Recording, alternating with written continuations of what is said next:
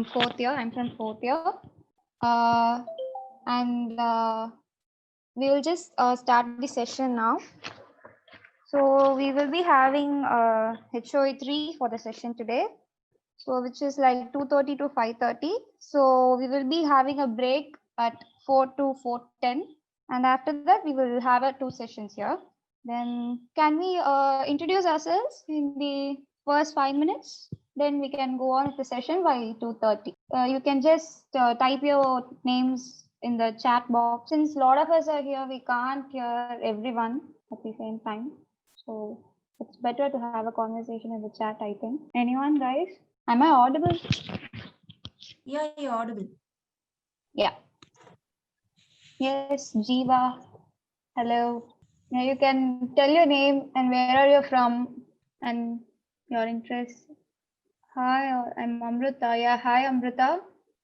Nice to meet you. Just make ourselves so comfortable, guys. It's just a session. Hi, Pooja. Your hobbies, your interests. We just make them Divya. I'm from Mohammed Satak AJ Academy of Art. Yes, anyone? Yeah, most of us are always introverts. It's okay. Is anything about the online exams? Any idea? Since yeah, of course. Thanks. Hello, Vaibavi. Yeah, hello, Vaibavi. Yeah. Is everyone okay with English? Hi, Amar Raj. Hello, Maxine. Okay. If most of them prefers English. Hi, Akash. Yeah, exactly, Harini. Most of since the lockdown, I think pretty much we had a great times in this lockdown. I had a great time. So I will just let you know about today's session. We will not be covering every topic since we're having a 3-hour session for 2 units, and for tomorrow there will be 3 units. So we can't cover everything, right? So we will be just talking about the major topics and major important questions as in, and since we're having 1 marks and fill ups, something like that for our online exams, so we will be not talking much detail about certain topics. So since this is a revision, I think it's fine for us.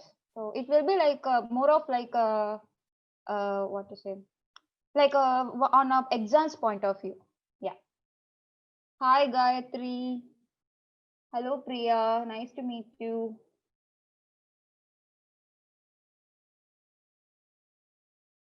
Take some food, have some snacks, just enjoy the session. Yeah, we will be taking last 5 minutes for the questionnaires or any doubts if you're having. I will be sharing all my notes, all my previous semester exam notes. And also, I have made some notes for specifically for architects. For 1 marks, you will be having some points know about the architects. So I have written them separately. So I will share you tomorrow after the session. We will talk by in the break. Just we'll have the session fun. Yeah, I think we can start now. It's almost 2:30. If you guys having any doubts, please ask me in the chat box. So I will be seeing the chat box all the time. Hi Ragul, how are you? Since this session will be helpful for myself too, since I'm learning all the things again, and I hope this session helps you people too. We would be getting the recording and the notes. Yeah. I will be giving you the notes after the session. I'll just talk to the host and let you know how you are getting the notes and recorded version. I'll just confirm you the after the session. Yeah. Yeah. I think we can start now. Yeah, Harini, I will just let you know. Okay. Yeah. We'll start the session. Yeah, I think you can see my screen, right? Yeah. So you're having 5 units for this semester. Like the first unit and the fifth unit are the most bigger ones, and other 2-3 units we will be finishing just in 1 hour. So most of them are architects and their works, and about the movements, and how are they used those movements in that. Like we having Art Nova, arts and craft, and Vienna secession. So kind of. So we will be talking about unit 1 and half of the unit today. We will be taking all the other architects' works tomorrow. So tomorrow we will be seeing unit 3, unit 4, and unit 5. I think it will be like a 3.5 section. We will see that tomorrow. So as of now, we will see these both units. So for you guys, first unit will be like overview of modernity as a historical phenomenon and its various aspects and manifestations, covering social, cultural, economic, and political change. Kind of, I will just explain you the brief in the unit 1 into a smaller parts. Like, yeah. So, what is modernism? So basically, modernism starts from early 19th and 20th century. Just a minute, guys. Yeah, what is modernism? Modernism is basically traditional beliefs in modifying with the current ideas. They will be combining both the traditional thing and the modern ideas. So, what is then, or which is the origin of modernity? Modernity became in 19th and early in 20th century, and which is after World War I, which is like 1914 to 1918. World War happened, and after World War, modernity came. So when the modernity came, it was not accepted by most of the people. Most of them started to reject it, and they also rejected it because of the religious belief. Since modernity has its own identity and its own consciousness, they were rejected by most of the people. Yeah. So, one second. Yeah. Birth of modernity. Birth of modernity, which is in after the World War, and why this is happening? Sorry, guys, a little technical error in my side. Yeah. But we will go on with the birth of revolutionary theories, which is Vitruvian theory.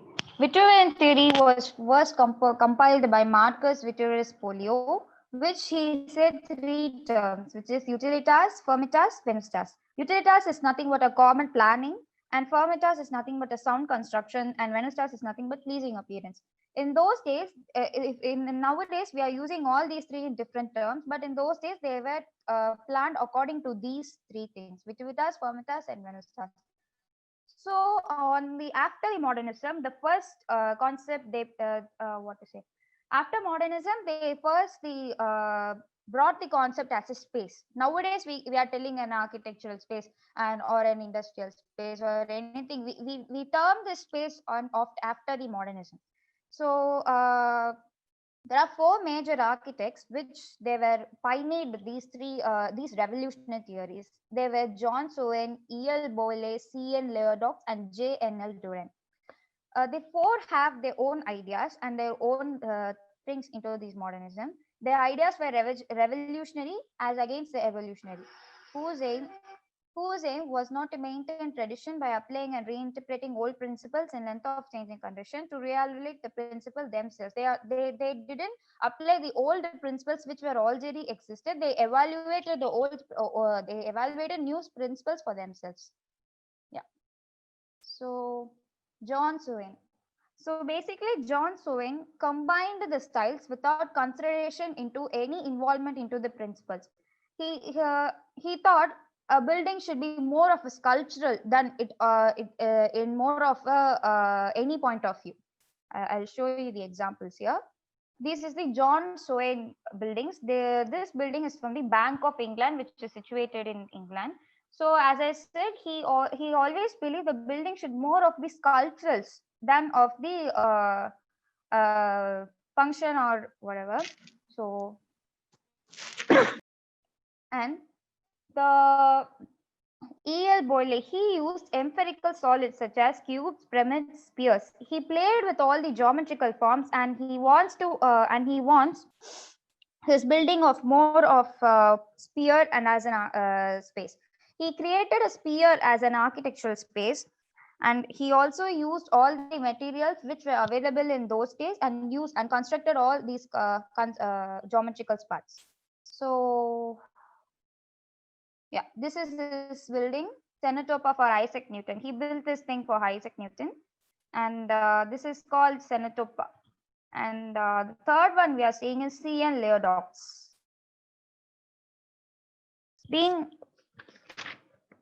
He mostly wanted to express he believed that a building wanted to express its function rather than its impression.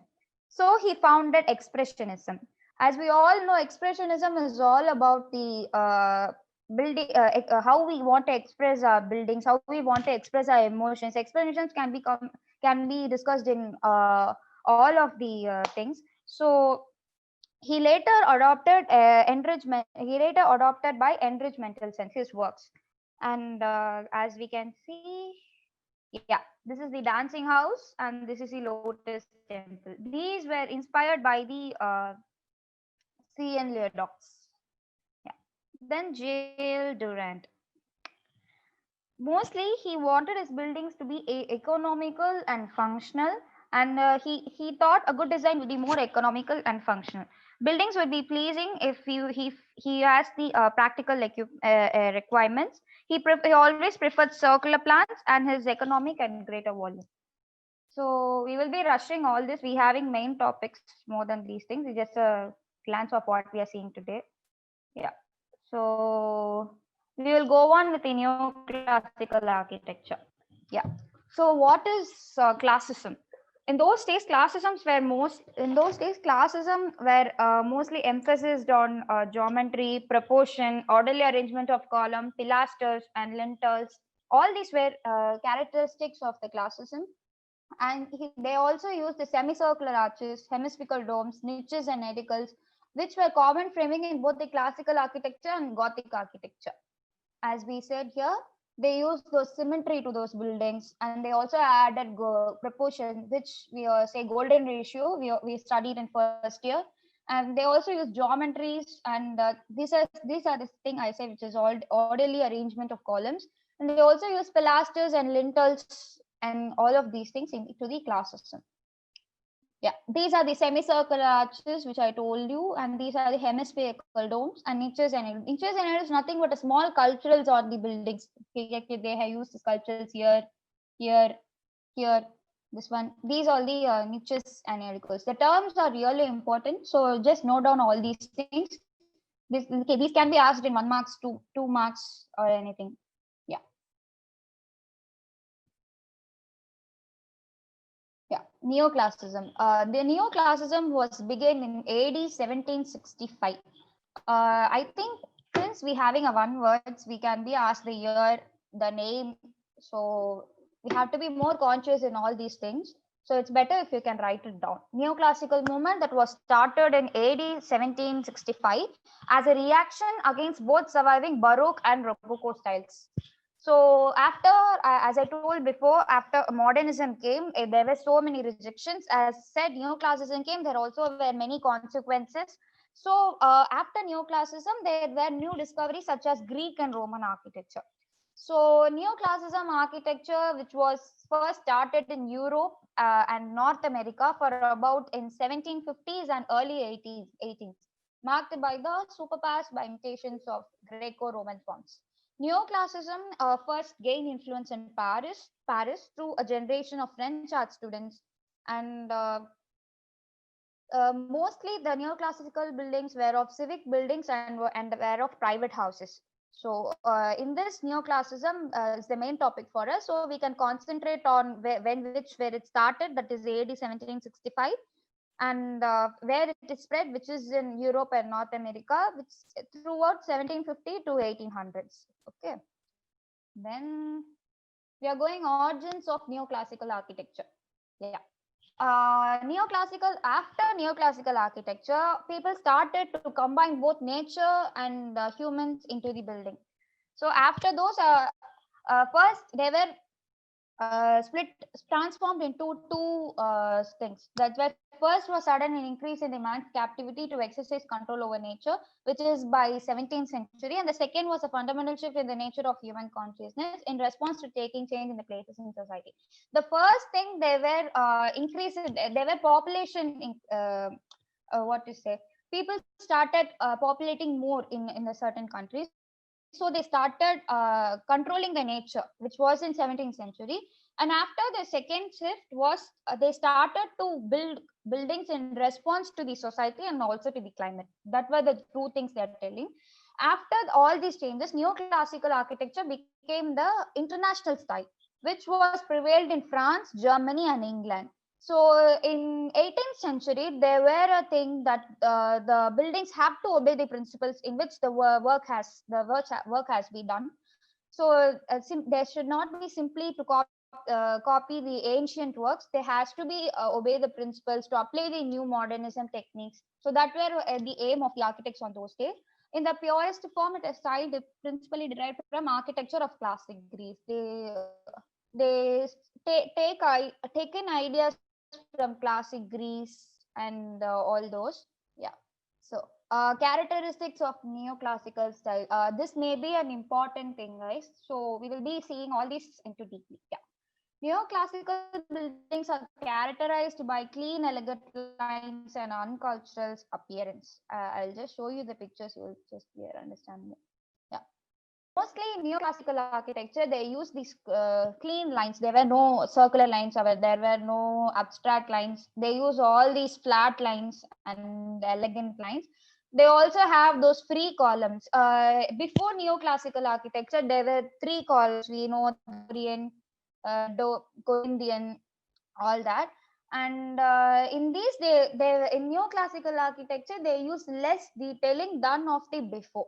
So they as you can see in capitals, they use these are called capitals. They can see there were less detailing among them, and roof lines are generally flat and horizontal. Yeah, as you can see, the roofs are generally made into flat and horizontal one, and facades tend to be long and flat. Classical proportion on the exterior. As I said, they had a minimal exterior on the well as the building.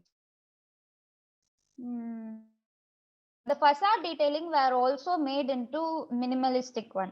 So before in the neoclassical period, we had those huge facades which were so much of detailing in those churches and also in the commercial buildings. After neoclassical architecture, they reduce the amount of detailings in the columns or in the facades or in the roofs. They also used flat roofs in most of classical architecture. Yeah. So these and all we can learn yourselves, guys. These and all just a read. We are just going through the important topics. So which is yeah. Enlightenment architects, which is Boelli. Boelli, he is an contemporary architect and he also influenced many of the architects today. He was born in Paris and he studied under Jacques Franz Blondel. And he was pursued in 17th and 18th century and the neoclassicism after the mid-century. Yeah, he also designed a number of private houses, which is from 1762 to 1788, and most of them are no longer exist except the Hotel Alexandra de Brno in Paris. All the buildings represent the social characteristics in according with the teachings of Blondel. He was obsessed with the light and the light pattern and also the perseverance of divine. He is the one who designed the Cenotaphore. As you can see, this is the big sphere. He used the capacity of light to invoke the presence of divine.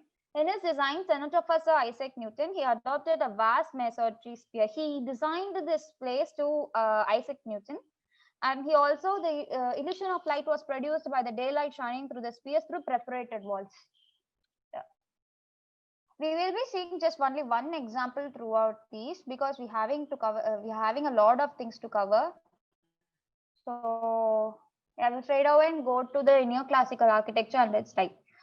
In mid 19th century, there were two schools were developed in which the structural classism of Laboreste and the romantic classism of Schicken. The structural classics, which stems the structural line of the Cordemoy, Longueur, and Scaffold, and the romantic classes stressed from the form of line of Ledoux, Wally, and Gilly. These are the architects which they pursued these things. So one school which concentrated on prisons, hospitals, and railway station, and other schools which concentrated on university, museum, library, and granite monuments. They basically split out into these two things: the structural and the romantic classism. So they too develop their own ideas into these things. Yeah, we'll go on to the next one. Industrial Revolution. Yeah. Industrial Revolution, which started in 18th century. After the Industrial Revolution, we started to applying steel, iron, glass into the buildings. So, which is like in Europe and America. The most of them are used in the Europe and America.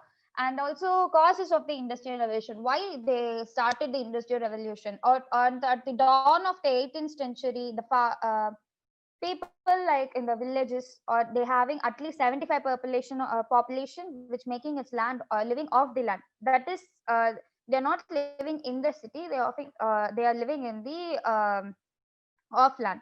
So people wanted to encourage the citizens, and they started the cottage industry, which were taking advantage of farmer free time and used to produce quality textiles for a reasonable price.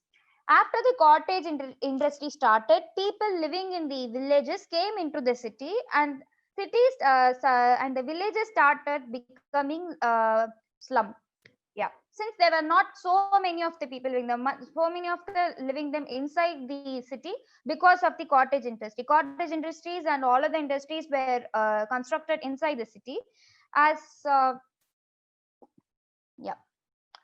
So major impact of the industrial revolution. Goods, as I said before, goods has been traditionally made in between home or small workshop begin to manufacture in the factory.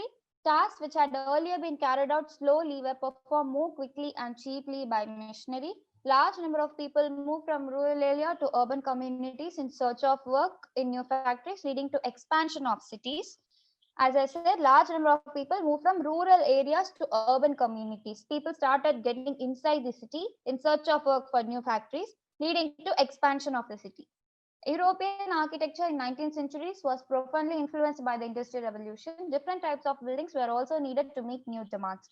Among them, houses, town halls, museums, concert halls, library, hospital, departmental stores, shopping arcades, school, colleges, banks, offices, warehouse, and factories were also constructed in those days. And they also started because the expansion of the cities, people want to travel so far, the people wanted to travel from one end to the other, so they started railways. By people coming into the town, they started libraries, hospital, and also railways. This made industrial revolution to become on 19th century. Yeah. Urban transformations in Europe and America. So a large number of people moved from rural areas to urban communities in search of work in new factories, leading to expansion, as I told before. So in 19th century, however, it became the first nation with half of its populations in the city. On those days, people were living in the cities and also on the outer the cities. So on 19th century, the Europe and America became the first half populated inside the cities. The As I told before, the accommodation of all such volatile growth lead to transformation of old neighborhoods into slums. As I told before, people came from the outside villages to the inside the old neighborhood. That is, the villages became the slums. That's how they got the slums on those days. So these settlements were congested development and had inadequate standards of light, ventilations, and open space with poor sanitary facilities. As we know how our Dharavi slums are nowadays, without no space or ventilation or water to go outside the city. So like that, those days there were no standard of light, lights, no ventilation, no open space, and also with poor sanitary facilities. Yeah. So these conditions are naturally provoke a high incidence of disease. As we all know, if there is no there is no sanitary facilities, the water to go into the river or sea, then the water will be congested into the cities, and there will be a hell amount of disease. Yeah, that is what they are talking about. So in this act, in addition to others, made local authorities legally responsible for sewage, refuse collection, water supply, roads, and burial of the dead. Edwin Chadwick, who inspired by these all these poor sanitary facilities, all these things were made. Edwin Chadwick, an architect who introduced the first working class flats in London, which is in 1844 for the laborers and for the workers. So through in 19th century, the industries provided all the amenities to the workers. So if a people want to work in their own cottage industry, they want a place to stay, they want a place to travel, they also want a place to do their work. So they smallly developed all these things into an commercial area. Yeah. So we are going with the character and features of the building, which is in 19th century. So there is no single style in which the characteristics of the 19th century architects, they were not followed a single style after the industrial revolution. People were get inspired from the ideas from Greek, Rome, Gothic, Renaissance, as well as Chinese, Indian, and Egypt. Buildings are often recognized as belongings to 19th century by the function performed by the style in which they were built.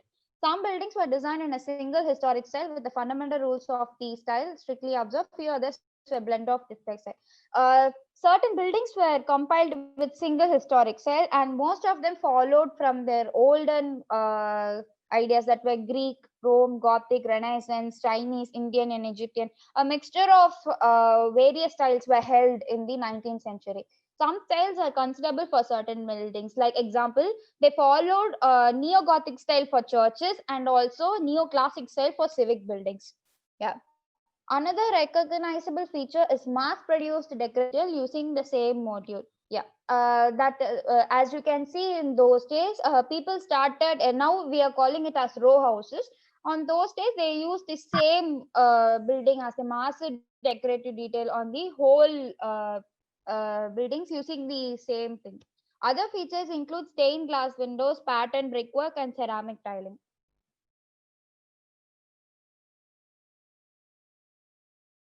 Yeah, industrial material of steel, glass, and concrete introduction. So before industrial revolution, people used metals and all things to construct the building. So after the industrial revolution, people started using iron, steel, concrete, as well as glass to the new building techniques as a part of the industrial revolution. So the development of constructions of method in iron and steel was the most important innovation in architecture since ancient times. Iron was available in three forms, that is the cast iron, wrought iron, and steel. So basically, cast iron is brittle due to high percentage of impurities, and it is also has the compress resistance. Since cast iron can be what to say, iron is the basically அது வந்து துரு பிடிச்சு போகும் ஓகேவா. So that is because of the major it has the major impurities in those things. In case of steel we have less impurities than that of the iron. So that is why, because it became it rusts all the time. So rough iron is mostly used rough iron is mostly have the lowest tensile strength, as they thought these two are getting rusted because of the impurity, so they innovated steel. So steel became the most stronger and the most durable and the most resistant of all these two. So after the steel became, they used the steel as for the bridges, as for the buildings. They combined both iron and steel. So they were experimenting all these three things into one process. So yeah, industrial material of iron and steel. As I told before, iron and steel were major part of the building. 1 second, I'm having a chat here.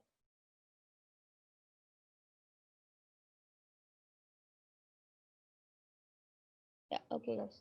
So the bridge with traditional arch, which is made up of iron instead of stone. On those days, bridges and what to say, a small pathway, both everything are made with the stone. After the Industrial Revolution, they started using iron and steel instead of stone. So later, they started using truss to the roofs. With the they also used the truss for the supports of the bridges. So trusses were used in the build bridges on unpredicted strength throughout the 19th century, including cantilever bridges consisting of truss, compliance, balancing on supporting piles. As I told, they were experimenting with all the steels, irons, and they also used cantilever bridges. So that's how we got all these iron bridges and steel bridges in those days. So a third and more attractive type of steel bridge was a suspension bridge, in which the roadway is hung from the steel cable strings from the supporting towers. As we know, we all know that London Bridge, right? There were like two towers on the each side, and all the steels were hanging from both sides of the bridge. So they are supporting the bridge for the longer span. So availability of iron and steel in large quantities enable architects to build a new and massive scale, as I told. So these methods provide for stronger and taller structure, greater unsupported spans over the openings and interior or exterior space. By this, they can ask which type of steel has used in this bridge, or mention any one bridge that's used in this thing. Like that, they will be asking any one mark, I guess. So I will send you all the notes. You can just note down all the highlighted thing which I have made in the notes. Yeah. So early use of cast iron. So railways was the first thing they were used for cast irons. So cast irons, which was used in bridge, that is in 1779 by Wilkinson assisted Derby, and his architect T.F. Pritchard, which is in 1779, which was like a 30.5-meter span bridge. Note down all these spans and all these names of the architects. This will be you might be useful for exams, or it will be really useful for all of your semesters. So in 1796, Thomas Telford made his debut as a bridge builder, which is in 39.5-meter span. And any two examples is more than enough. You can just note down on the Crystal Palace by Joseph Paxton. This is the most important question we had as a 16 mark in our semester. I don't know about now how they are going to ask for 16 marks. So we just go on with the subject. Yeah. The Crystal Palace by Joseph, which was at 1851, was an early example of an iron and glass construction. So cast and rough iron products has been used extensively in the They were largely suspended by the beginning of 20th century by a hot rolled steel members. Early use of rough iron. So early use of rough iron was in 1772 by Soflot's Portico of Geneva, and also after the Industrial Revolution. The first in 1889 there was a Paris exposition, and that time they built the Eiffel Tower, which was around 300 meters. You all know the Eiffel Tower. We will just see on these things in the last sense of the notes. So 1 second.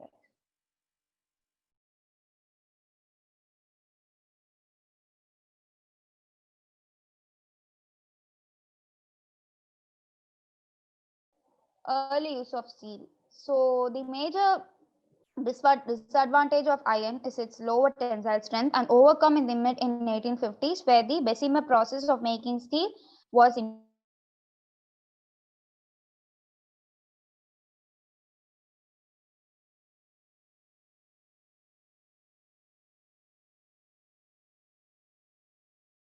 Fourth bridge, which is in Scotland. As you can see, this is the cantilever fourth bridge in Scotland. So it was completed in 1890, and it has a span of 521 meter, which were the longest until 1917. And the Arch Eighth Bridge, which was in Mississippi River at St. Louis, was completed in 1874. This one, and it was the first steel bridge in the United States. And the Brooklyn Bridge, we all know this Brooklyn Bridge, which was in John and Washington Dublin, also designed in 1883, span of 486 meter and 31 centimeter. We can just note down the examples of the bridge, which is Fourth Bridge in Scotland, East Bridge in Missouri, Brooklyn Bridge, and the year. Mostly, I don't think they can ask the span. You can just note down the years. Yeah, that is more than enough, I guess. So, early use of steel. So, George Fuller's innovative stage gate system for building, which involved a unified steel framework to support the weight of tall buildings, created the multi-story factories and the skyscrapers. George Fuller was the first architect who started the multi-story factories and also the skyscrapers. And a Chicago architect, Louis Sullivan, in his Van Rys building. This is the Van Rys building, as you can see. This is the Van Rys building. We will talk go throughout the thing. So for the best example of the tall steel skyscraper, which is in Chicago, that is 1890 by William Lee Barron and Jenny and Louis Sullivan. So examples of modern structural of steel. Yeah, we will see just any one example. We will see Van Brett building. So Van Brett building, this was built by Louis Sullivan, Adler and Louis Sullivan. It is the first skyscraper which was built around the world, and it has totally a 10-story. As I said, they also used all the characters in this characteristics of neoclassicism in this building. They used capital as they formed the columns according to the industrial revolution columns and capitals. As I told, they have small detail on the capitals. They also have vertical bands to the emphasize the building height of the building. So they also used a terracotta as the outer frame of the building. So they designed this one in 1891. So this can be made into an example. So just note down any these. So yeah, we are going with the concrete.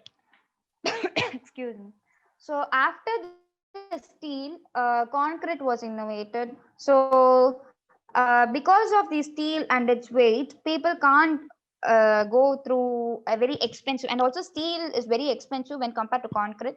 Steel and iron on those days, not now, on those days.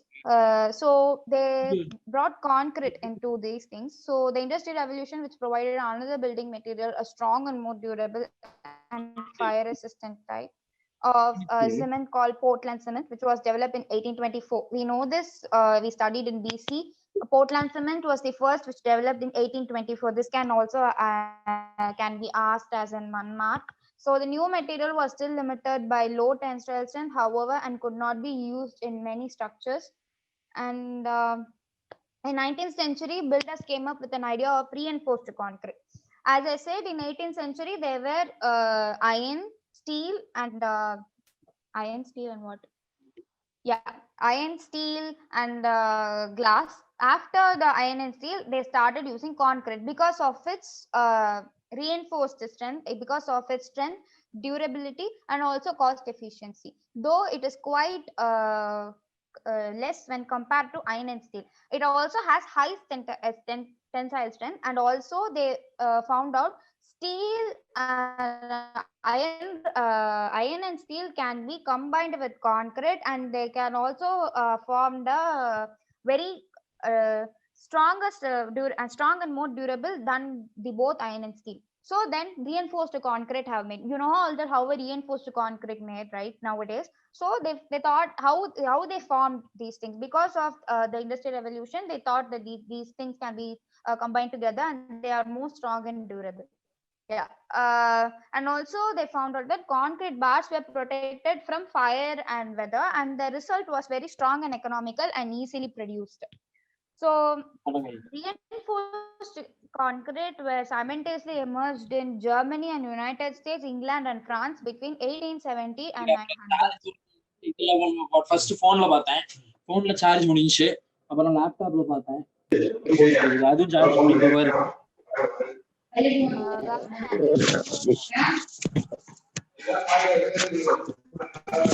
Jiva, can you mute yourself? அது Canada work பண்ண. Jiva. Okay, guys, we'll continue with the work. So, after 1870, the German, United States, England, and France, they all together started emerging into concrete simultaneously. So, in 20th century, first concrete shell was constructed with the vast walls and domes with the concrete and steel. Concrete and steel were combined, and they've started developing walls and domes. We know what is a wall and what is a dome. So, after that, in the second development, precast concrete were developed, which is, we all know what is a precast concrete. We developed them in separate industry and in a factory. Sorry, I told industry. It is a factory. We just take them in the cranes or in the load vehicle, and we just transport them into our site. So that is a precast concrete. And as they also mentioned here, employments, bricks and slab support made under optimal factory conditions to increase waterproofing and solidity, and also time, cost in erection. Yeah, finally, pre-stressed concrete. Pre-stressed concrete, which provides bearing members into which the reinforcement is set under the tension to produce a live force to the resist a particular load, since the member acts as a spring and as a great load at the pre-stressed member of the same size. So we are moving on with the Einstein Tower. We will see an example with the concrete. We had this thing as the main question, important question. So we will just proceed with this one. So Eric Mendelssohn designed a small module tower for Einstein. He used this tower as an example for the astronomical as his own laboratory. So as I told you before, we will be talking about all the movements. So this building has also taken as an example for expressionism. So he wanted Einstein wanted his building to be without angles and hard and also want a round and smooth corners. So Eric Mendelssohn wanted to give it like a smooth surface to it, and also wanted without an angle. He also used he used reinforced concrete in this structure to have a curve and smooth surface to its own thing. And also he used excuse me and he also used brick and the other thing, which after the post-war there was shortage of supplies. So he altered and some made these things into this building. So as for this, for Industry Revolution concrete, we can write it as an example as an Einstein Tower. Since we are using only 1 marks thing, you can just see the sketches throughout the classes. So it will be used for us to remember. Oh God, yeah. So which is glass now. Glass, which takes place around 4,000 years ago. So in between 2,000 years, glass was taken as a blonde glass, which led to production of thin transparent sheets and of the windows. On those days, glass were made into thin transparent sheets.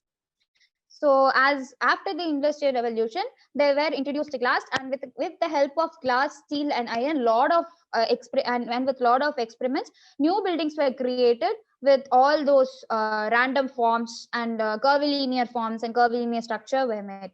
So as I told, glass also made as a building material, and it allowed the architects to use it in a very large scale. Small buildings, skyscrapers were created, large structures were created, large churches were created. So which initially the 19th century, a skeletal structure frame was introduced, which is of the skeleton frame was made full of glass and fabricated from cast and rough iron and laterally seized and reinforced with concrete. The skeleton, which were made of steel and iron, and the framing were made up of steel and iron, and the outer covering were made up of glass. That's how we are now calling our building as cladding, all those facades and that thing. So iron and glass technologically generated a new architecture language and new ideas. As I said, Paxton Seminole Crystal Palace of 1851. This was the building which were talked about on most of the Industrial Revolution, which has almost like 3 lakh sheets of glass. So we will be seeing all these on one thing. So this is the Crystal Palace. No, this is not. Yeah, this is the Crystal Palace, which I told you before. So industrial exhibition. Industrial exhibitions were made as the major important role of the revolution. So in 19th and 20th, as we know that industrial exhibitions are nothing but it's a world's fair. Nowadays we're having all our book fair, all our trade center, which is what we want to show people what we made, that is the manufacturing products, or we want to show people what we are making now, or we want to show some important things to people. So all these expositions were made on those days, expositions, all these made on those days. People from all over the world, all over the architects, all the engineers, who all came to these expositions. These helped the people to expose their work, and also on those days glass, iron and steel became the major material. People started exploring, experimenting, and they displayed all their works in these expositions and exhibitions. So the first exhibitions which were held in Crystal Palace, that was in Hyde Park, London, which is in 1851. They can ask a 1 mark or a choose in these. So just note down anything if you want. So yeah. Then up in Paris, a series of international expositions were held. They are in Paris. There were like 1, 2, 3, 4, 5. There were 5 exhibitions made. That is like Exposition of Universally, which is in 1855. Exposition in 1867. And Paris Expositions World Fair, which is in 1878, and also in 1889, and also in 900. So, and the third, the World's Columbian Exposition held in Chicago, which is in 1893, and the Vienna Exposition, which is in 1873. So, yeah, 1 second, guys, 5 minutes.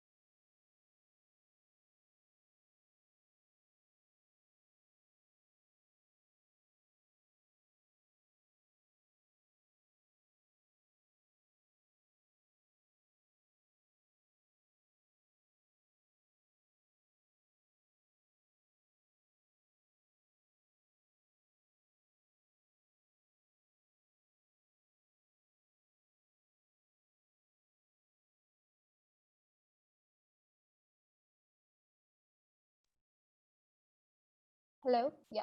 Sorry guys, there were technical issue. Yeah. So we will go on with the thing. Yeah. The Crystal Palace was a cast.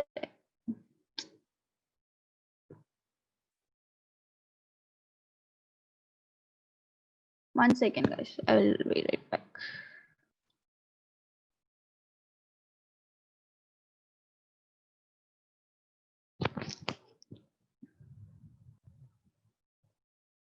Can you disable the mouse keyboard control, host Sanjay?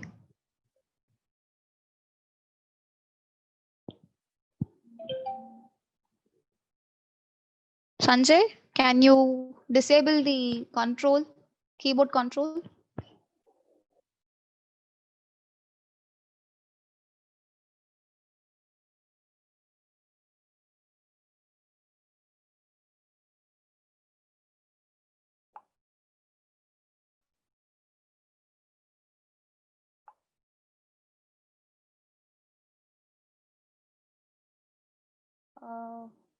Okay. I'm getting random scribbles on the screen. That's why.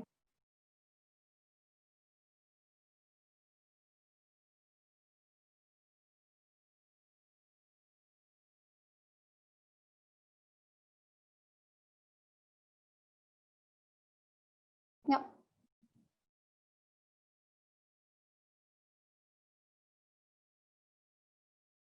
Yeah.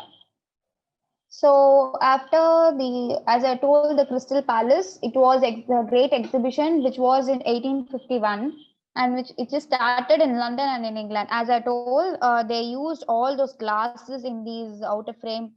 They also used all those the characteristics of, as we discussed, the characteristics of new classical. They used all those principles here. So it was designed by Sir Joseph Faxton, and he was an architect and also a gardener, and he also revealed breakthroughs in construction, architecture and design. Over 13,000 exhibits were displayed and viewed by over 6 lakh people that were like visitors to the exhibition. They were it's not 6 lakh, it's 6 crore. It's somewhat like 6 crore by people were building, came into this exhibition. And the exhibition were also had a history. They also had these new inventions. They also had these new techniques and all these. So they also have they also displayed all the ancient works of, excuse me, Egypt and Renaissance also. So they also he experimented with the glass house construction, and used combinations of prefabricated cast iron, laminated wood and standard size sheet of glass. He also created the ridge and furrow roof design. So the Crystal Palace was became the largest greenhouse of the century, and also it has for three except for the three entrance porches symmetrically disposed, as we said.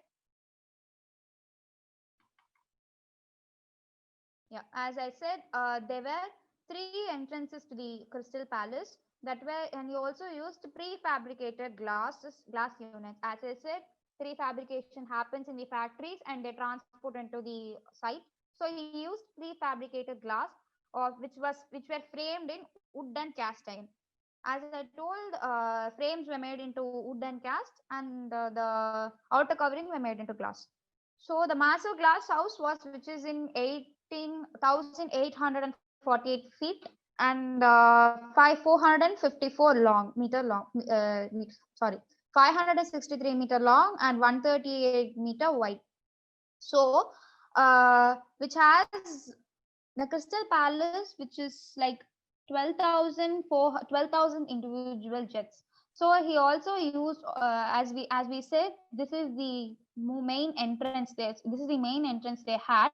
This is the main aisle, which this is about 12,000. Wait a second. This is about 24 to 72 feet span. So yeah, as we know, this is the first exhibition they had, and This was the Paris Exposition, which is in 1855. In Paris, after the Crystal Palace, they started Paris Exposition, which was held in the France. They wanted to prove their type of architecture to the world. So they started the Palace of Industry, which Paris Exposition, which is in 1855, which under Jean Marie Ville and Alexandra Barrault. They both served as an architect and as well as an engineer in the exposition. So the Palace of Industry measured, which is about 850 feet long and 350 feet wide, which is 850 feet long and 350 feet wide. So it also contains a semicircular trusses. As I said, trusses were also became major part of the bridges we studied in the previous chapter. So as they also use these trusses in the roof also. So it contains, it's about 8-foot span, which is 8-foot span. With trusses and all those steel, we can go into wider spans. With concrete and steel, we can go into shorter spans. With trusses, we can go even much more wider spans. So they used all these semicircular trusses and all. So we will be seeing only one Paris exposition here, and we will see Eiffel Tower as the major another one. So after all the Paris exposition, the Eiffel Tower, which was held in 1900s, which the Eiffel Tower, they were on the previous building, they were a single structure held as an exhibition. But after the Eiffel Tower came, they built multiple structures as for the exposition.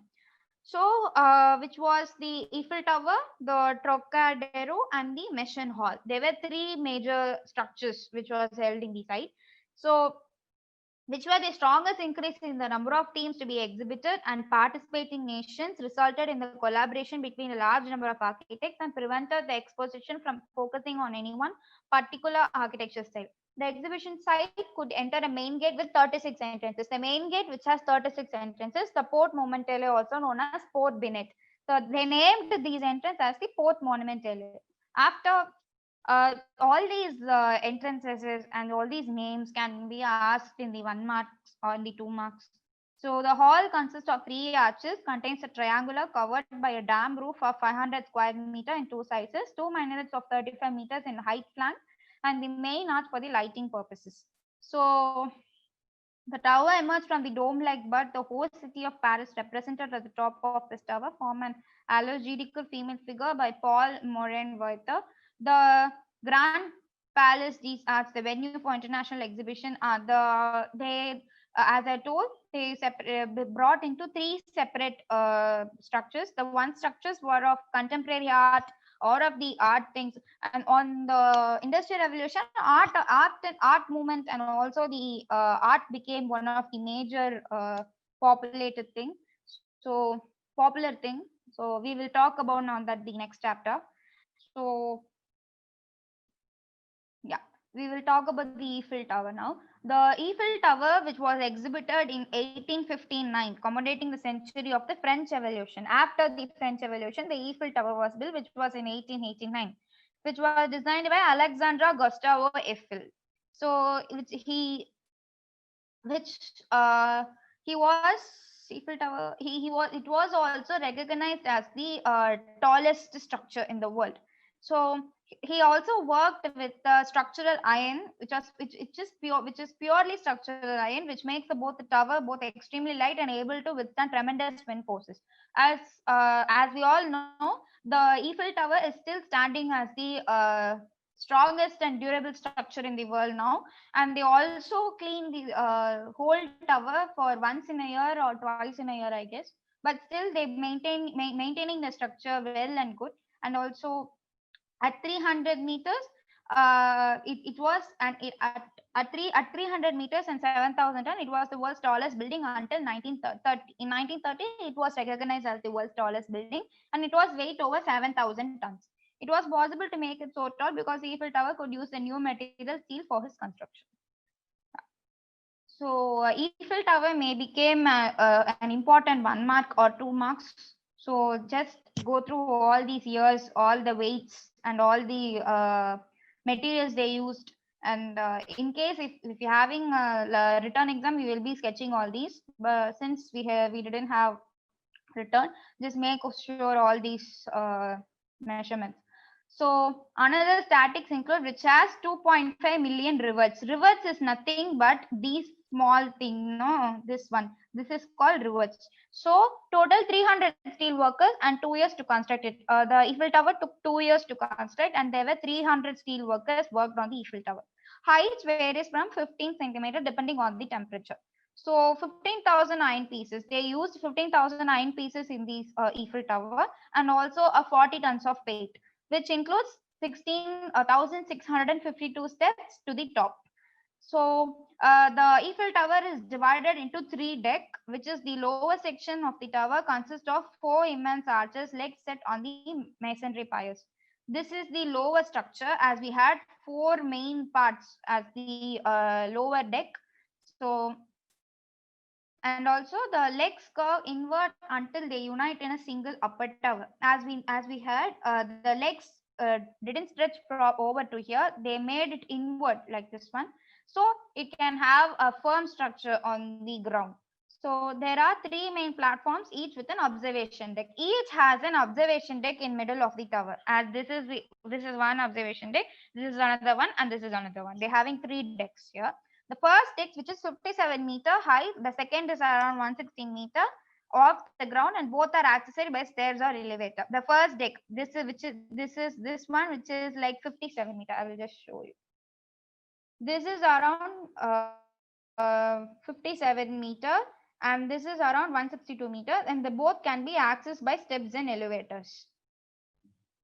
So the third deck, which is 276 meter high, is accessible to visitors only by the elevator. In the third deck, they didn't provide any staircase. They can be accessed only by the elevators. So this is the current Eiffel Tower, which we are having right now. So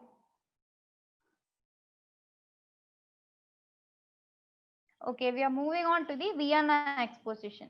So for Vienna Exposition, is to use multiple buildings instead of one main structure. The Vienna Exposition was the first to house the variations categories of productions in separate buildings, while the national exhibits remained in a single structure.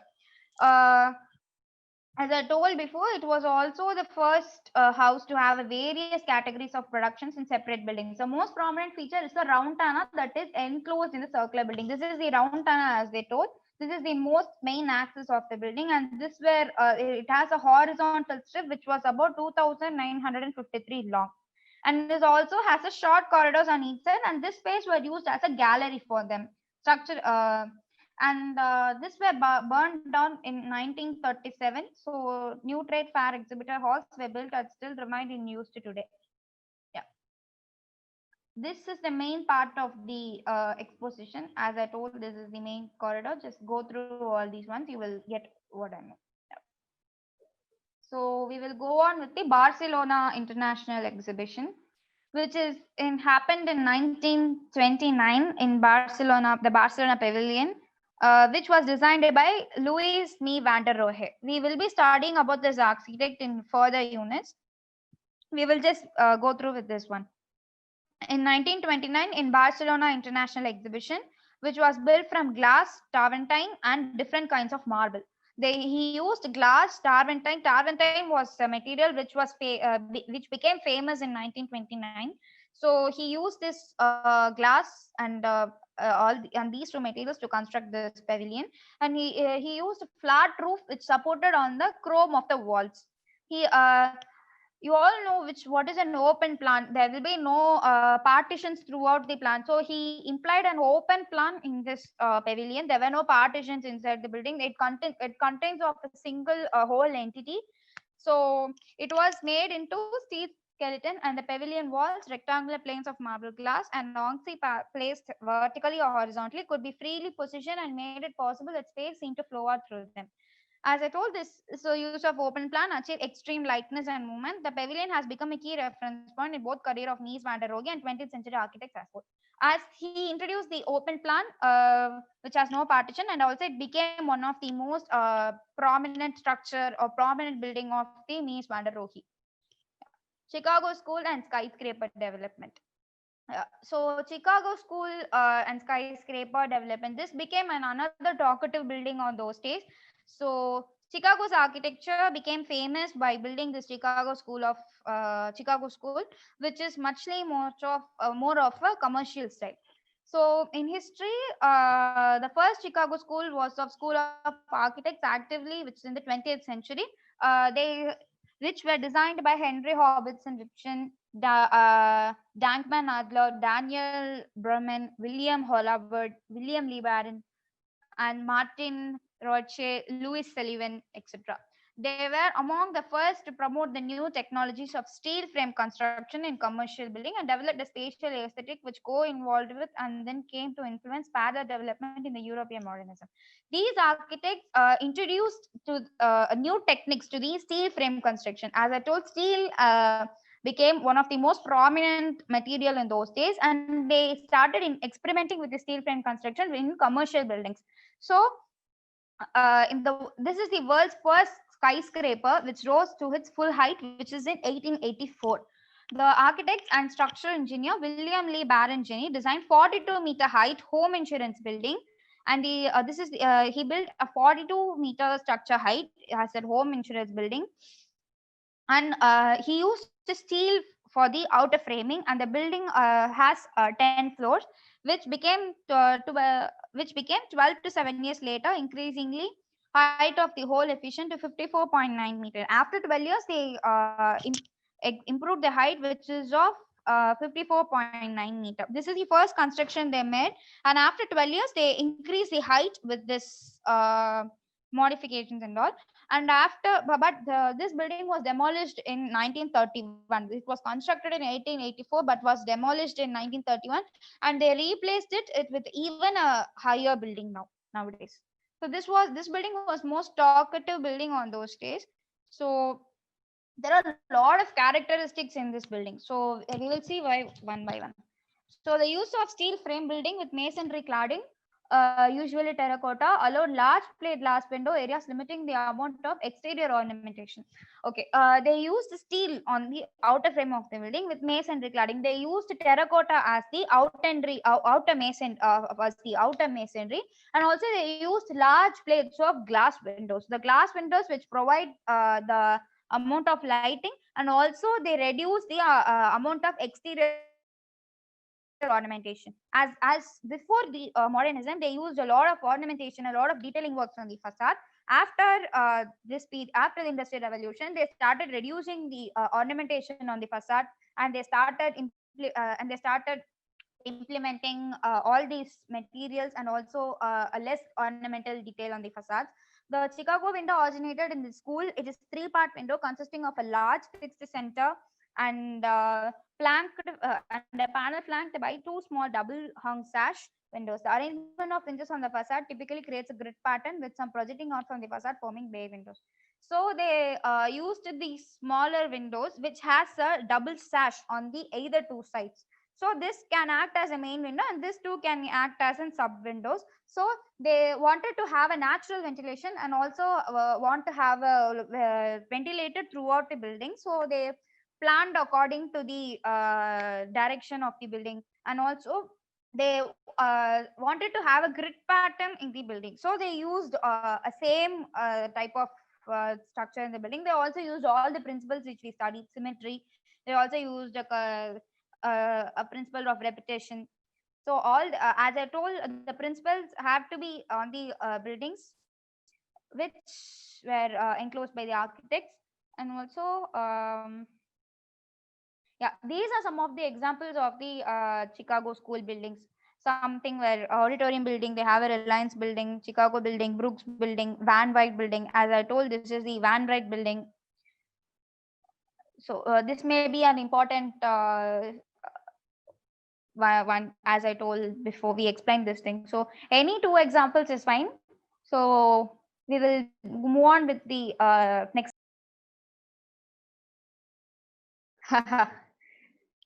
Yes, Ajmal. Everyone faced that thing in Vivas. It's okay. It's part of our college days. You won't have that fun after college, right? Embrace the Viva.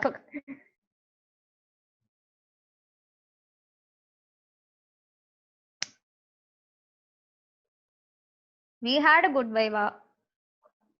Not too depressing or not too good. It was like okay.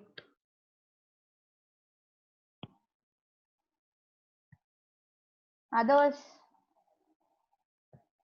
we can talk.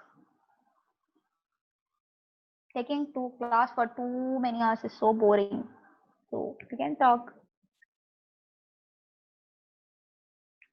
Yes, Ajmal. It was always precious while we having viva. But it's worth the viva, right? I mean, it's worth the pressure, right?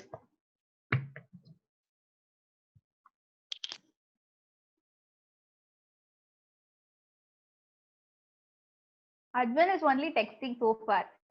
What about others?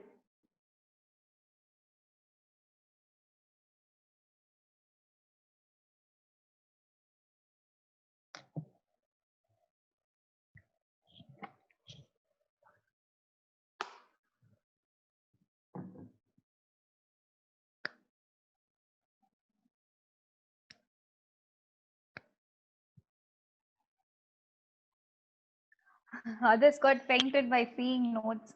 Yeah, notes.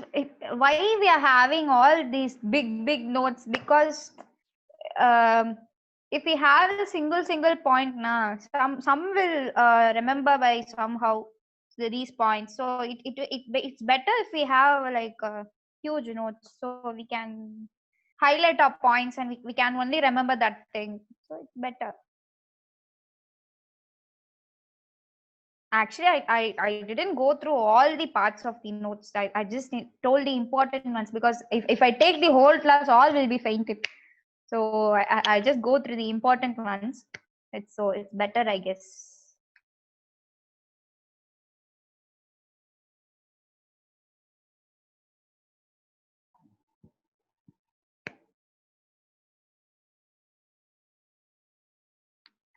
Come on, guys, interact with each other. Architecture is all about interaction.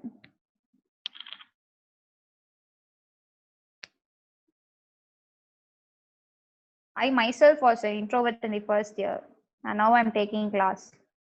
Same for everyone.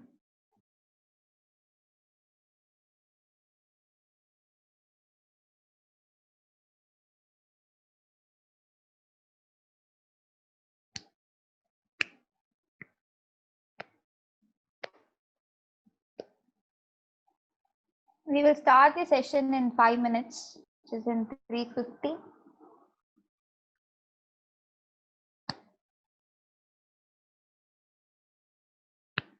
Ajmal too fainted, I guess.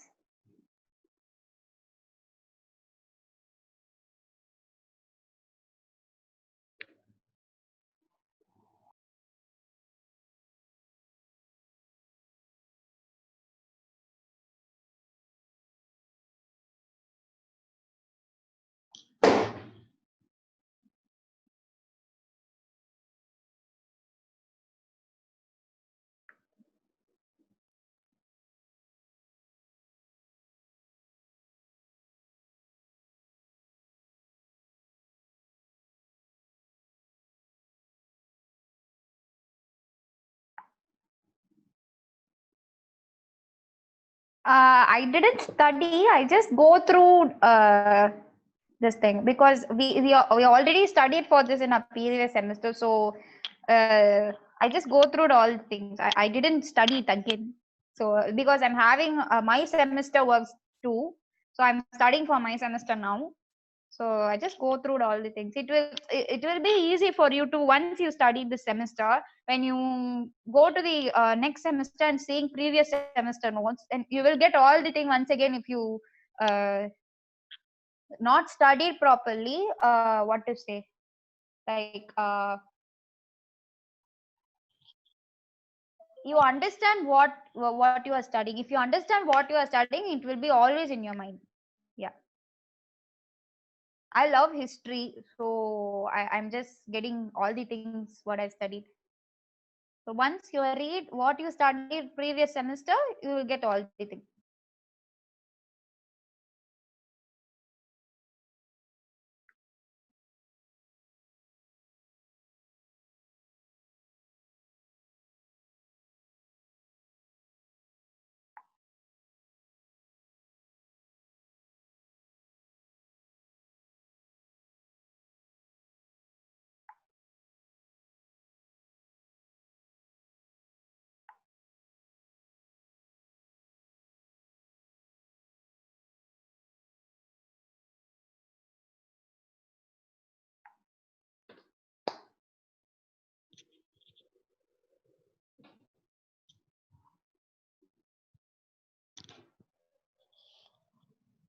Okay, guys, shall we start our session now? Yeah. We are not going unit to all the again. We are just going with the. I'll just explain what we are going now. So we are going with the Art Nova movement, the glass glow style, and Vienna Succession and arts and craft movement for now. So we for tomorrow's session, I will give you with the tabulation thing, kind of like an Antonio Gaudi and who and all we having with Victor Horta. Yeah, two architects and also similar ones, I guess. So we will go on with the for movements with now. I think the session will be over by 4:15. Yeah, 20 minutes is enough, I guess. So after 4:15, we can discuss what are the flaws and what are the difficulties you are facing while studying. We can discuss that thing. Since we having 3 hours, it will be better, I guess. We just won't know. I just don't want to put all together in one today, so that is why I'm taking just a half unit for today. Yeah. So we'll be going on with the Art Nova movement now. Is everyone there? Everyone came. Just text me yes. So I'll get to know people are there.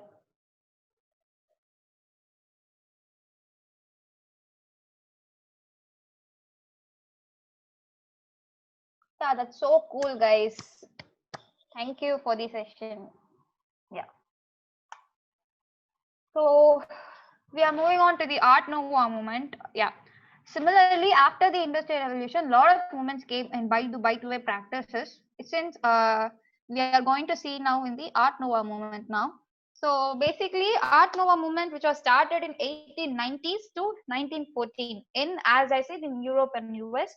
So Art Nouveau movement were basically had some theories by French architects like Eugene Emmanuel, Violetel, Detouk, and British critic John Ruskin, uh, which was started in 1890 to 1914. And they will also have ceramic prints, which is of furnitures, fabric wallpaper, etc.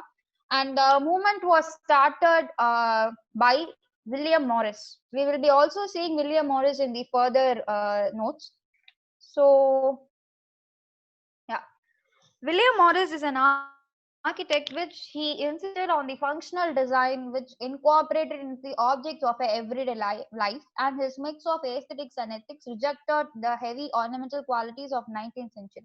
William Morris wanted a typical functional design. So he doesn't want to make it a very decorative or very sculptured thing. So he wanted the space to be incorporate within everyday objects of our life.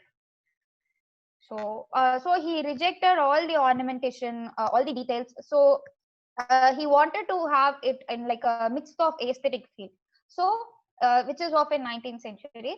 So the styles within Art Nouveau, there were so many styles were incorporated. That is the Glasgow style, which is in Scotland, and the style Liberty, which is in Art Nouveau, and style Nouvelle, which is in Belgium, and the Jugendstil, which is in Germany and Australia. So we will move on with the characteristic. So basically, Art Nouveau created a new style which is free of imitative historicism that dominated much of 19th century art and design. So Art Nouveau basically has an expressive and organic design, which were inspired from the nature and also from the humans, and they used most of the rough and iron glasswork. I will show you all the PPTs which I have prepared for all these characteristics. So they also use hand painted walls as their wall treatments. As I said before, they also used a lot of artworks, and they explored a lot of artworks in those movements. So they also used curvilinear.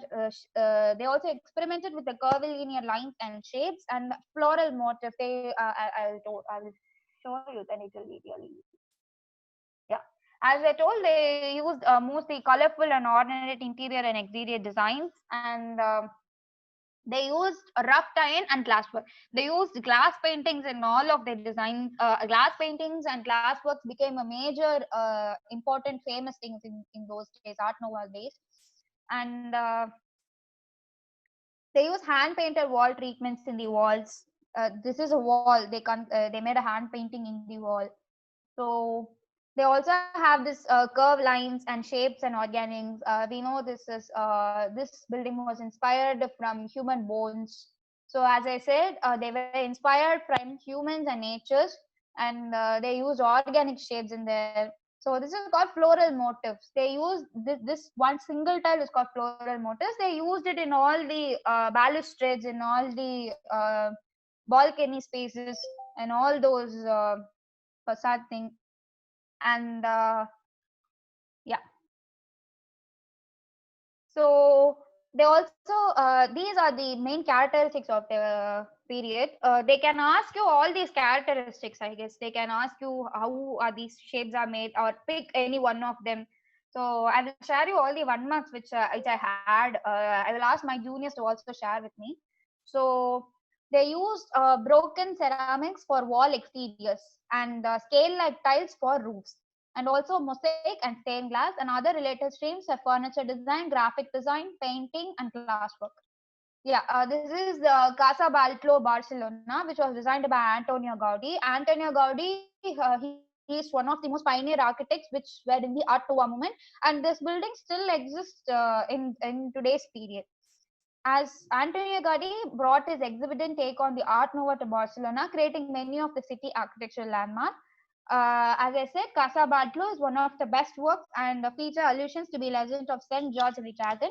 It's the exterior is in the sheet colorful pieces of broken ceramics. As I told, they used broken ceramics in all these spaces. These are also the characteristics of the thing. They use scale like tiles. Since this building was inspired by human bones and nature, he used all these human bones as his own uh, building facade, and also he used all these things in the interior. He was inspired from nature. Yeah. 1 second. Yeah. So he used curvilinear forms as one of his characteristics in Art Nouveau, and this is called stained glass. These glass were stained glass is nothing but they used colored glass and all those transparent glass. Opaque and transparent glasses. They also wanted to have a colorful exterior. So I'm talking about all these in the Art Nouveau movement. Art Nouveau movement has a curvilinear forms they use. They also have floral motifs, colorful exterior, stained glass, and ornate details. Ornate details is nothing but they used all these details which is in the facade. Ornamentation we are using now. So in the exterior they use scale like tiles. This is what I said. Somewhat this will be like a fish outer body structure, right? Outer body, the fish scales. So they used all these fish scale styles, and they also wanted an asymmetrical details. We are now comparing the industrial revolution on that period and now Art Nouveau moment. In industrial revolution, that period, what we saw symmetry, we saw flat roofs, we saw no curvilinear forms. But after the industrial revolution, people started using all the curvilinear forms, all the asymmetrical works. People started exploring more and more within the building. Similarly, Barcelona consists of all these types of buildings, not only in this particular Casa Batlló. They also had the one building, Sagara something. I'm not getting right now. I'll just let you know by tomorrow. We will be studying about Antonio Gaudi. So Sagara Familia, yeah, it was also one building which was inspired from nature. So he also used the curved details. While studying this history portion, we should compare the other last movement and currently what we are studying now. So it's better while we compare those and study, it will be easy for us to understand it. They also use all the curvilinear arches. So basically after Art Nouveau, all the proper and pakka building changed into asymmetric, into curved, into arches, into scale like tiles, into broken ceramics, into the all those details. So you can remember like these things. Yeah. So going on to the Glasgow style. Glasgow style was not a formal movement as such, for its practitioners did not have a shared ideology or a set of beliefs. The common ground was the Glasgow School of Art and the city of Glasgow, and it is shown as documented above the beliefs or motives. Glasgow style was not particularly followed by a lot of people, but it was a style practiced within a certain small group of people. They didn't have they didn't share an ideology to the whole world, or they didn't practice this building in this type of architecture or this type of style in all over the world. So they just documented about what they wanted to know or what they wanted in the building. So that is basically about the Glasgow style. So they use metals, wood, ceramic, glass, stained glass textiles, and the colors they used pink, purple, and green. They used subtle tones with black and white as contrast.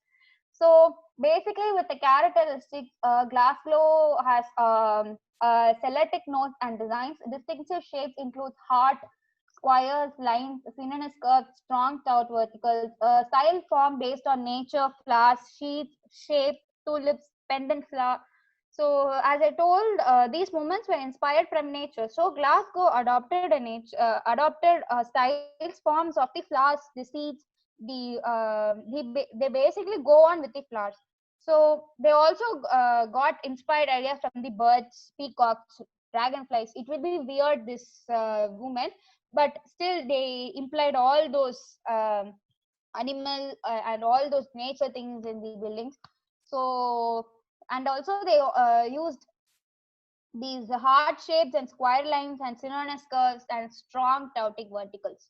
As we can see here, this is the first building they built as a Glasgow School of Art, which is in Scotland now. One of the Scottish architects was Charles Rennie Mackintosh, and most we will be seeing this Charles Rennie Mackintosh works. So we will just seeing once a glance at him here. Was the first Glasgow School of Art. Mackintosh blended Art Nouveau and traditional Scottish influences for the building, which was completed in 2 phases. The second phase included the iconic library and was finished in 1910. So this building include a Glasgow School of Architecture, which has a traditional Scottish and also Glasgow influence. They used both these styles as implied for the building, which was completed in 2 phases. The second phase includes the iconic library and was finished in 1910. For this, they will be asking a 1 mark, like give an example for Glasgow movement or give an example for Art Nouveau movement. So, I made this PPT, like we have like 1 example for Casa Batlló, which is for Art Nouveau, and 1 example for Glasgow style, which is of Glasgow School of Architecture. So you can write these 2 for this thing. And Vienna Secession.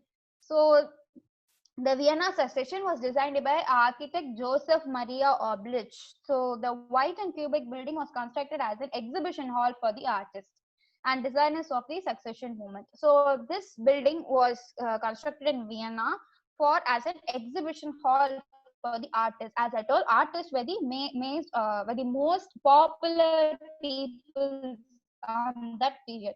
So artists, they wanted to have a building or wanted to have an exhibition for artists, so they bought on this Vienna Secession building. The structure was opened in 1898, topped with a distinctive dome of a gilt rock tie and laurel leaves. So as I told, they include all the natural things in the building. So they used the floral leaves as the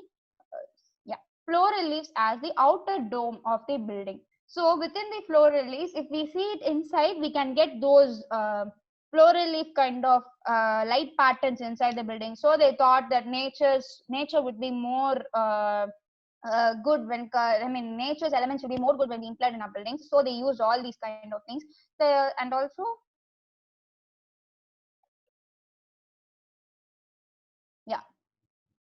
on the inside, you can see this. They used a less of floral detail, less of detailing and more of natural elements into the structures.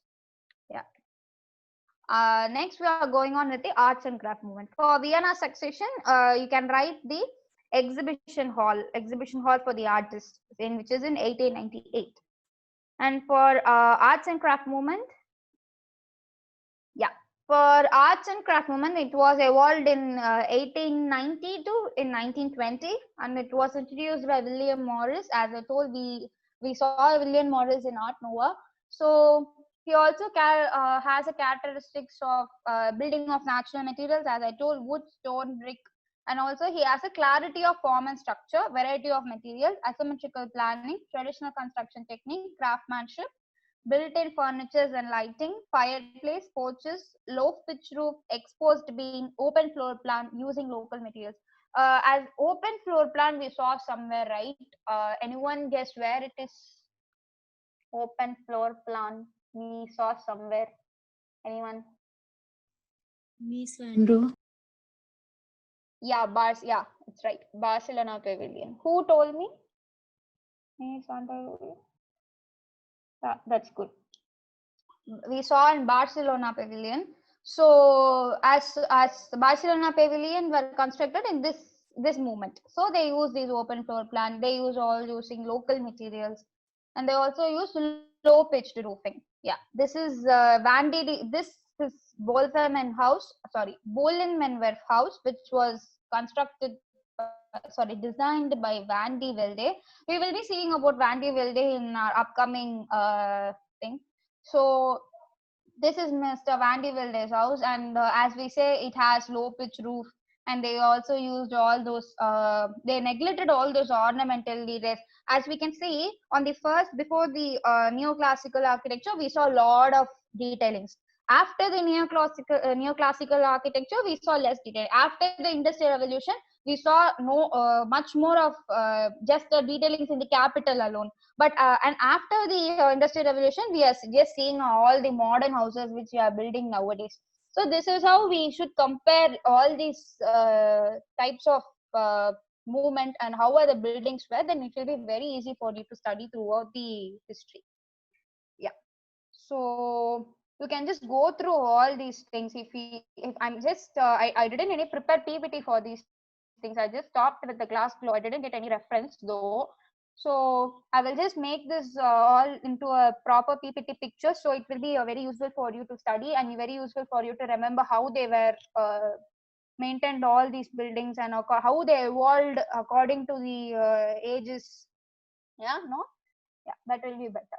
So for today, we will close this session. We still have time for 5:30. I don't think I saw 80 people on the first intro, and it was 36 now. I know people how we fainted. So we will see all this tomorrow. Tomorrow we are closing the session. So we will just go through this full stretch tomorrow, which is Casa Bartolo, Barcelona. We will be seeing about Antonio Gaudi. And this is the one which I told Sagrada Familia. This is a very interesting building. You have to, as an architecture student, you have to know about this building. So this is the one I told, nature inspired. So we will be seeing more of this tomorrow. And this is one from Victor Horta, as I told, William Morris, Philip Webb. We'll be seeing all these tomorrow. Okay. So we will have some questionnaire sessions or any doubts. We'll just finish the session after you people are clarity with the doubts. Yeah. That's it, guys, for today.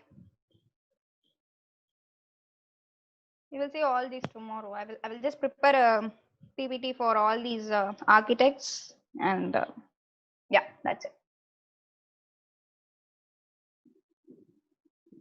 Any questions? Any doubts?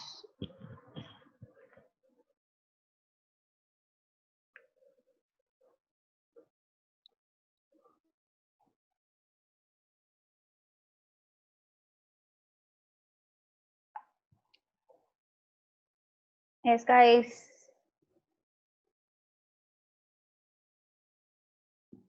Thank you. So we will have a questionnaire session for tomorrow. We'll finish as soon as possible. So I think we can see the syllabus for now. Yeah. Thank you, Saloni. Thank you, Priyadarshini. Thank you, Nivedita. Thank you, Ritu.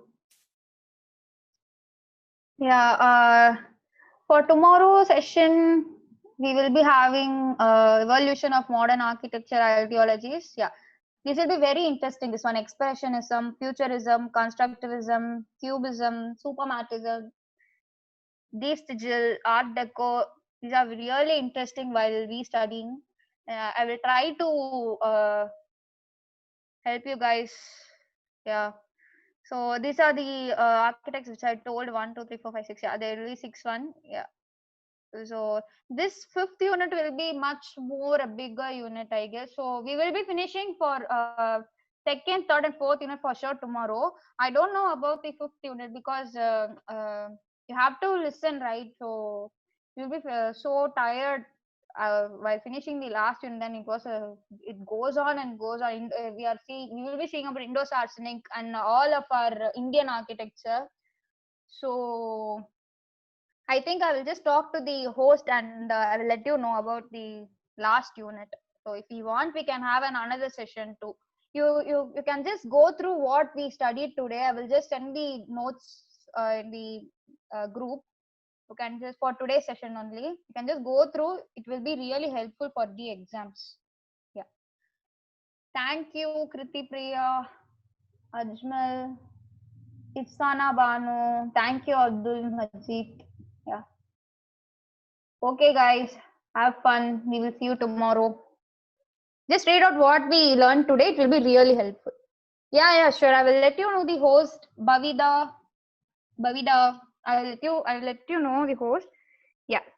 Thanks, Ajmal. I was waiting for your text. Sorry, can you tell me which period coming after the other example neoclassicism?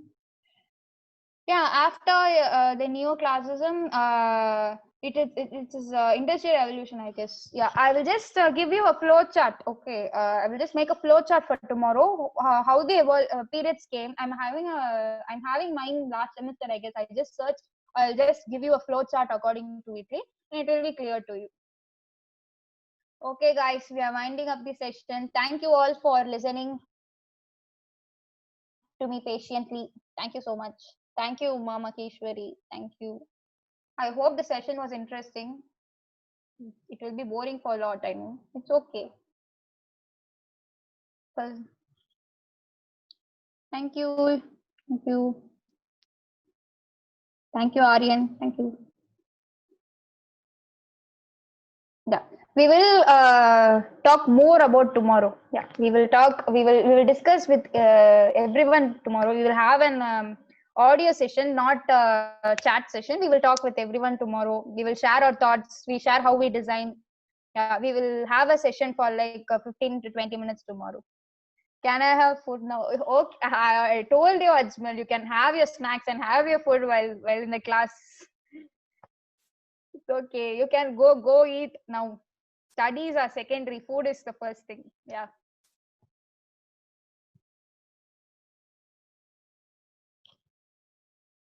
Thank you so much, Maria. Thank you so much. Okay, guys, we are winding the session now. Thank you. Thank you so much. Thank you for the session. Bye. Bye, guys.